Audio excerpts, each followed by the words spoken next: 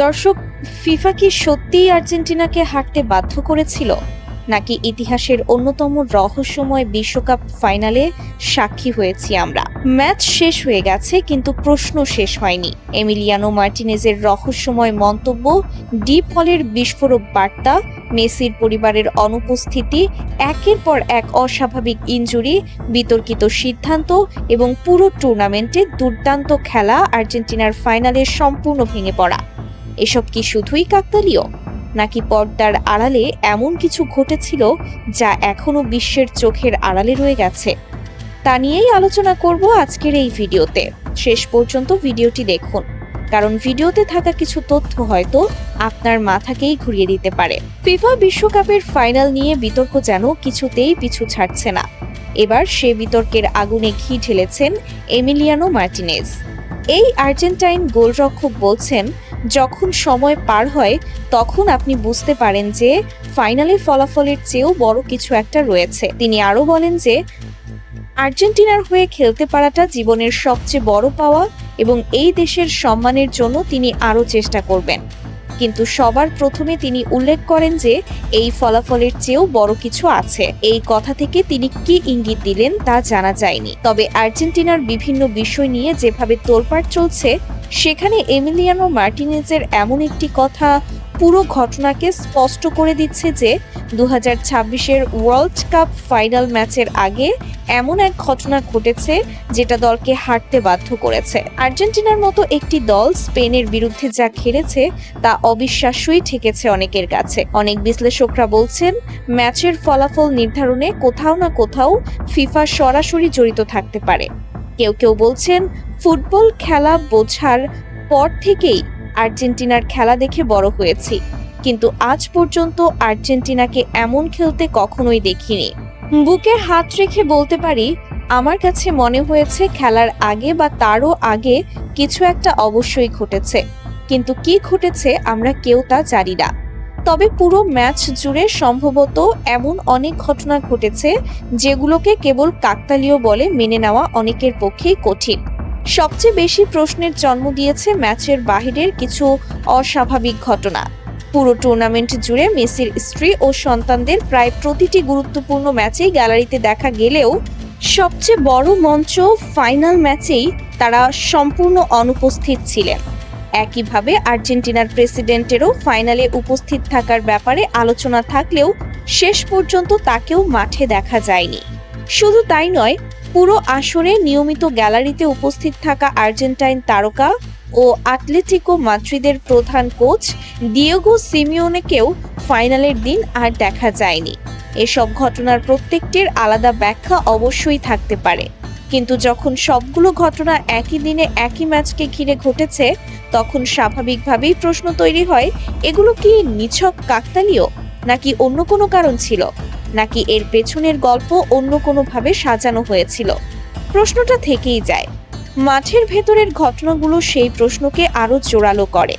আর্জেন্টিনার অন্যতম ভরসা লাউতারো মার্টিনেজকে 1 মিনিটের জন্য স্ক্রিনে দেখা গেল না, খেলানো তো দূরের কথা।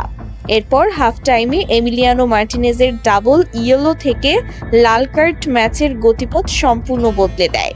এসব ঘটনা আলাদাভাবে দেখলে হয়তো সাধারণ মনে হতে পারে, কিন্তু একসঙ্গে বিশ্লেষণ করলে অনেকের মনেই স্বাভাবিকভাবে প্রশ্ন জাগে, ফাইনালের আগে বা চলাকালে এমন কিছু কি ঘটেছিল যা সাধারণ দর্শকদের অজানা রয়ে গেছে?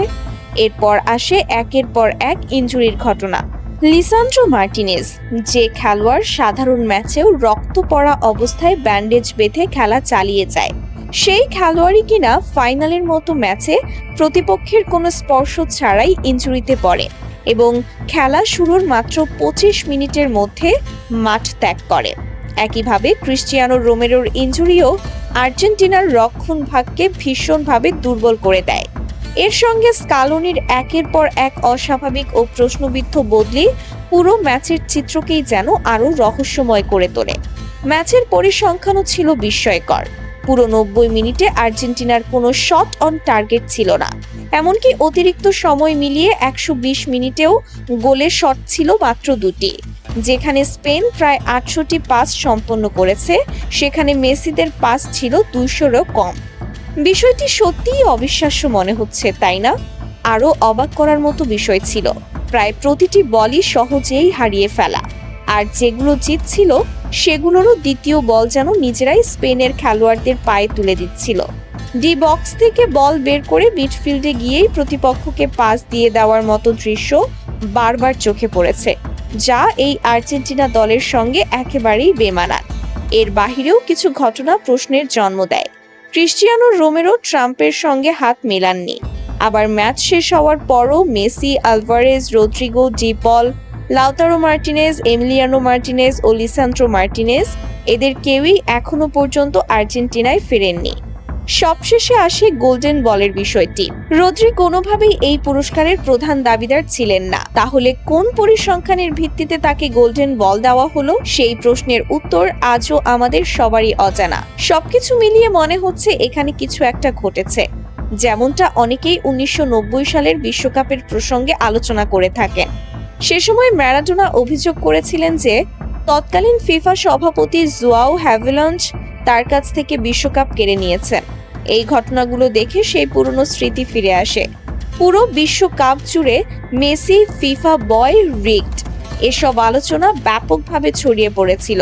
তাই হয়তো অনেকের মনে প্রশ্ন জাগছে, ফিফার ভাবমূর্তি কিংবা ইউরোপ জুড়ে বিলিয়ন ডলারের ফুটবল ব্যবসার স্বার্থে কোনো অদৃশ্য প্রভাব কাজ করেছে কিনা। অবশ্য এগুলো ব্যক্তিগত পর্যবেক্ষণ ও সন্দেহ মাত্র। প্রকৃত সত্য কি তা হয়তো আজ না হোক একদিন প্রকাশ পাবেই। ততদিন অপেক্ষা করা ছাড়া আর কোনো উপায় নেই। আরেকটি বিষয় খুব স্পষ্টভাবে চোখে পড়েছে, এখন আর হয়তো কেউ বলবে না ফিফা রিগড, ম্যাচ ফিক্সড কিংবা সবকিছু আগে থেকে স্ক্রিপ্টেড, কারণ এসব অভিযোগ অনেক সময় সমর্থকদের অবস্থান ভেদে বদলে যায়। যখন নিজের পছন্দের দলের বিপক্ষে কিছু ঘটে তখনই এসব কথা সবচেয়ে বেশি শোনা যায়, আর অন্য সময় সবাই নীরব থাকে। এই দ্বৈত মানসিকতাই হয়তো আধুনিক ফুটবল সমর্থকদের সবচেয়ে বড় বৈপরীত্য। বিশ্বকাপ ট্রফি এবার আর বুয়েন্স আইরেসে ফেরেনি। ফাইনাল স্পেনের কাছে হারার বেদনা এখনো মুছে যায়নি। সেই হতাশার মধ্যেই নীরবতা ভাঙলেন আর্জেন্টাইন মিডফিল্ডার রদ্রিগো ডি পল। সেখানেও একটি রহস্য দেখা গিয়েছে। ম্যাচ শেষে 24 ঘন্টার কিছু বেশি সময় পর দেওয়া এক আবেগঘন বার্তায় সমালোচকদের কড়া জবাব দেওয়ার পাশাপাশি প্রকাশ করলেন শিরোপা হারানোর কষ্ট। লিওনেল মেসির ইন্টার মায়ামি সতীর্থ নিজের পোস্টে দাবি করেছেন, অনেকেই আর্জেন্টিনার পতন দেখার অপেক্ষায় ছিলেন, কিন্তু কারা আর্জেন্টিনার পতন দেখতে চেয়েছিল সে বিষয়ে তিনি স্পষ্ট করে কিছুই বলেননি। বিশ্বকাপ জুড়ে আর্জেন্টিনার রেফারি ও VAR এর সিদ্ধান্তে বাড়তি সুবিধা পেয়েছে এমন অভিযোগ বারবার উঠেছিল। একই সঙ্গে আর্জেন্টিনা দল ও তাদের সমর্থকদের উদযাপনের ধরন নিয়েও সমালোচনা করেছিলেন অনেকে। ডিপলের এই মন্তব্যকে এসব সমালোচনার জবাব হিসেবে দেখা হচ্ছে, কিন্তু ডিপলের এই বক্তব্য অনেক রহস্যকে উস্কে দিচ্ছে। পরিশেষে বলতে চাই, ফুটবল শুধু 90 মিনিটের একটি খেলা নয়, এটি কোটি মানুষের আবেগ, ভালোবাসা আর বিশ্বাসের নাম। তাই যখন এমন একটি ফাইনালে আর্জেন্টিনার মতো দলকে নিজেদের ছায়া বলেও মনে হয় না, তখন প্রশ্ন ওঠা খুবই স্বাভাবিক। হয়তো আজ আমাদের হাতে কোনো চূড়ান্ত প্রমাণ নেই, কিন্তু মাঠে যা দেখা গেছে তার অনেক কিছুই সাধারণ ফুটবল প্রেমীদের মনে অগণিত প্রশ্নের জন্ম দিয়েছে। এমিলিয়ানো মার্টিনেজের রহস্যময় মন্তব্য, ডি পলের আবেগঘন বার্তা, গুরুত্বপূর্ণ খেলোয়াড়দের অনুপস্থিতি, অস্বাভাবিক ইনজুরি, বিতর্কিত সিদ্ধান্ত, সবকিছু যেন একই সুতোয় গাঁথা এক অসমাপ্ত গল্পের অংশ। তবে একটি বিষয় নিশ্চিত, একটি পরাজয় কখনো আর্জেন্টিনার ইতিহাস, মেসির উত্তরাধিকার কিংবা দলের লড়াইয়ের মানসিকতাকে মুছে দিতে পারবে না। সুপ্রিয় দর্শক, আপনাদের কি মনে হয়, ফাইনালে যা ঘটেছে তা কি শুধু একটি খারাপ দিনের ফল, নাকি এর পেছনে এমন কোনো অজানা সত্য রয়েছে যা এখনো বিশ্বের সামনে আসেনি? আপনার মতামত অবশ্যই কমেন্টে লিখে জানান। ভিডিওটি ভালো লাগলে লাইক দিন এবং এমন বিশ্লেষণধর্মী ভিডিও নিয়মিত দেখতে আমাদের চ্যানেলটি সাবস্ক্রাইব করে পাশে থাকা বেল আইকনটি অন করে রাখুন। ধন্যবাদ।